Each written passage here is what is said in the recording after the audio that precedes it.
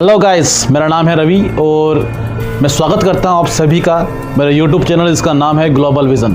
तो दोस्तों, आज की इस कहानी को हम स्टार्ट करने वाले हैं। बड़ी ही डरावनी कहानी है और बिना वीडियो को स्किप करे हुए आप पूरा देखिए, आपको बड़ा मज़ा आने वाला है। और लाइट बंद करके ना देखें क्यों डर लगने वाला है। तो स्टार्ट करते हैं। हमारा जो स्टोरी का टाइटल है वह है भूतिया हवेली। कहानी की शुरुआत होती है दिल्ली के एक व्यस्त शहर से। राजेश एक सॉफ्टवेयर इंजीनियर था। उसकी पत्नी अनीता एक स्कूल टीचर और उनके 2 बच्चे, 12 साल का बेटा आरव और 8 साल की बेटी सिया। राजेश का काम अच्छा चल रहा था, लेकिन शहर की भाग दौड़ से वो थक चुका था। एक दिन उसके पिता का फोन आया, बेटा, हमारे गांव की पुरानी हवेली खाली पड़ी है, क्यों ना तुम लोग वहां शिफ्ट हो जाओ, शांत जगह है, बच्चों के लिए अच्छा रहेगा। राजेश को आइडिया पसंद आया। वो सोचता था कि गांव की ताजी हवा और शांति से उसका परिवार खुश रहेगा। लेकिन उसे क्या पता था कि वो हवेली कोई साधारण घर नहीं, बल्कि एक श्रापित जगह थी। वे लोग गांव पहुंचे। नाम था कालपुर। गांव छोटा सा था, चारों तरफ जंगल और पहाड़ियां। हवेली गांव के बाहर एक सुनसान रास्ते पर बनी थी। बाहर से देखने में वो भव्य लगती थी। पुरानी ईंटों की दीवारें, बड़े बड़े दरवाजे और ऊपर एक पुराना घंटा घर। लेकिन अंदर घुसते ही एक ठंडी हवा का झोंका आया, जैसे कोई फुसफुसा रहा हो। अनीता ने राजेश से कहा, यहाँ की हवा थोड़ी अजीब है ना? राजेश हंसकर बोला, अरे पुरानी हवेली है, धूल मिट्टी होगी, साफ सफाई कर लेंगे। पहली रात सब ठीक ठाक गुजरी, लेकिन अगली सुबह से अजीब चीजें शुरू हो गईं। सिया खेलते खेलते ऊपर की मंजिल पर गई, जहां एक पुराना कमरा था। वो चिल्लाई, मम्मी, यहां एक गुड़िया है। अनीता गई तो देखा एक पुरानी लकड़ी की गुड़िया, जिसकी आंखें काली और चेहरा फीका। सिया उसे लेकर नीचे आई, लेकिन शाम को वो गुड़िया गायब हो गई। राजेश ने सोचा शायद बच्चे ने कहीं रख दी होगी। लेकिन रात को जब सब सो रहे थे, अचानक एक आवाज आई, एक बच्चे की हंसी। आरव उठा और बोला, पापा, कोई हंस रहा है। राजेश ने लाइट जलाई, लेकिन कमरा खाली था। उन्होंने सोचा शायद बाहर से आवाज आई होगी, लेकिन वो हंसी रुक नहीं रही थी। वो दूर से आ रही थी, जैसे हवेली की दीवारों से। अगले दिन राजेश गांव में घूमने गया। वहां एक बूढ़ा आदमी मिला, नाम था रामदास। वो बोला, बेटा, वो हवेली में मत रहो, वो जगह श्रापित है। राजेश ने पूछा, क्या हुआ था वहां? रामदास ने आंखें नीची करके कहा, कई साल पहले वहां एक परिवार रहता था, ठाकुर साहब, उनकी पत्नी और बेटी। ठाकुर की बेटी, नाम था रानी, एक गरीब लड़के से प्यार करती थी। ठाकुर ने उसे मार डाला और रानी ने खुदकुशी कर ली। तब से उसकी आत्मा वहां भटकती है। जो भी वहां रहता है वो पागल हो जाता है या मर जाता है।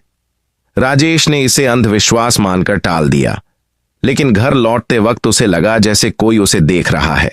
शाम को अनीता किचन में खाना बना रही थी। अचानक एक प्लेट गिर गई। वो झुकी तो देखा फर्श पर खून के धब्बे। वो चिल्लाई। राजेश दौड़ा आया, लेकिन जब वो देखने लगे, धब्बे गायब थे। अनीता बोली, मैंने देखा था, लाल लाल खून। राजेश ने उसे दिलासा दिया, शायद हेलुसिनेशन होगा, थकान से। लेकिन रात को फिर वही हुआ। इस बार आरव के कमरे से आवाज आई, भाई, मेरे साथ खेलो ना। आरव सो रहा था, लेकिन आवाज उसकी तरह लग रही थी। सिया उठी और बोली, ये तो वो गुड़िया की आवाज है। उन्होंने सर्च किया, लेकिन कुछ नहीं मिला। अब परिवार में डर का माहौल बनने लगा। राजेश ने सोचा शायद कोई प्रैंक कर रहा है, लेकिन गांव इतना दूर था कि कोई आ जा नहीं सकता। तीसरे दिन वे लोग हवेली की सफाई करने लगे। ऊपर की मंजिल पर एक बंद कमरा था, ताला लगा हुआ। राजेश ने ताला तोड़ा तो अंदर धूल भरी अलमारियां और पुरानी तस्वीरें। एक तस्वीर में एक लड़की थी, रानी जैसी लग रही थी, आंखें उदास। अनीता ने कहा, यह कितनी दुखी लग रही है। जैसे ही उन्होंने तस्वीर छुई, हवा तेज हो गई और दरवाजा बंद हो गया। अंधेरा छा गया। वे चिल्लाए, लेकिन बाहर से कोई जवाब नहीं। अंदर से फुसफुसाहट सुनाई दी, मुझे छोड़ो, मुझे आजाद करो। राजेश ने दरवाजा धक्का मारा और किसी तरह खोला। बाहर निकलते ही सब हाँफ रहे थे। सिया रो रही थी, मम्मी, वो लड़की मुझे बुला रही थी। अब राजेश को शक होने लगा। उसने रामदास से फिर बात की। रामदास ने बताया, रानी की आत्मा वहां कैद है। ठाकुर ने उसे मारने से पहले एक काला जादू किया था ताकि उसकी आत्मा कभी ना निकले। लेकिन हर नया परिवार जो आता है वो उन्हें अपना शिकार बनाती है। पहले एक परिवार आया था, उनका बेटा पागल हो गया और खुद को मार डाला। राजेश डर गया, लेकिन वो वैज्ञानिक सोच वाला था। उसने कैमरा लगाने का फैसला किया। रात को कैमरा ऑन किया और सो गए। सुबह कैमरा चेक किया तो दिल दहल गया। वीडियो में आधी रात को एक छाया दिखी, एक लड़की की, लंबे बाल, सफेद साड़ी। वो सिया के बेड के पास खड़ी थी और फुसफुसा रही थी। फिर वो कैमरे की तरफ मुड़ी और उसकी आंखें लाल हो गईं। राजेश ने अनीता को दिखाया, वो बेहोश हो गई। अब उन्होंने फैसला किया कि कल ही निकलेंगे। लेकिन रात हो गई और बारिश शुरू हो गई। बिजली चली गई, अंधेरा छा गया। रात के 2 बजे अचानक दरवाजे पर दस्तक।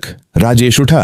कौन है? कोई जवाब नहीं। फिर दस्तक तेज हुई। उसने दरवाजा खोला तो बाहर कोई नहीं, लेकिन जैसे ही मुड़ा पीछे एक साया खड़ा था। वो चिल्लाया और भागा। अनीता उठी। क्या हुआ? राजेश बोला, कोई था, वो लड़की। अब बच्चे भी जाग गए। सिया बोली, मम्मी वो गुड़िया वापस आ गई है, मेरे बेड पर है। सबने देखा, गुड़िया वहां थी, लेकिन उसकी आंखें हिल रही थीं।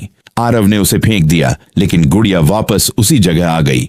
अब घर में चीखें गूंजने लगीं, मुझे आजाद करो, तुम सब मरोगे। वे लोग भागने की कोशिश करने लगे, लेकिन दरवाजे बंद हो गए। खिड़कियों से बाहर देखा तो बारिश में साए घूम रहे थे, जैसे ठाकुर और उसके आदमी। राजेश ने फोन उठाया, लेकिन सिग्नल नहीं।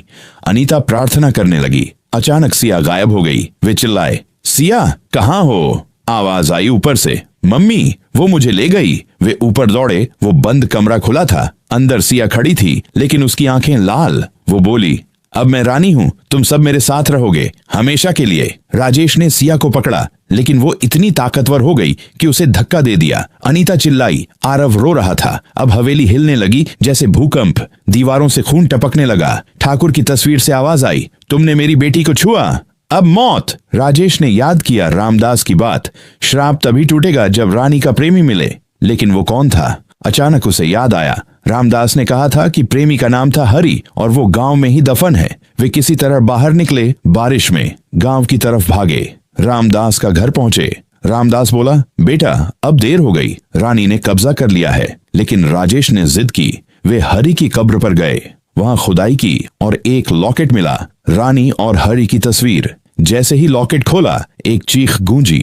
हवेली से धुआं उठा। सिया सामान्य हो गई।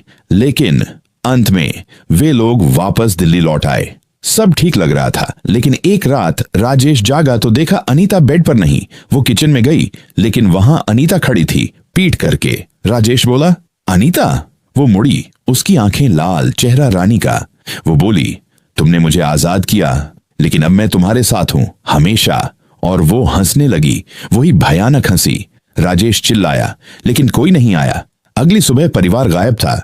गांव वालों ने कहा, हवेली ने फिर शिकार किया और आज भी वो हवेली खड़ी है, इंतजार में अगले शिकार का।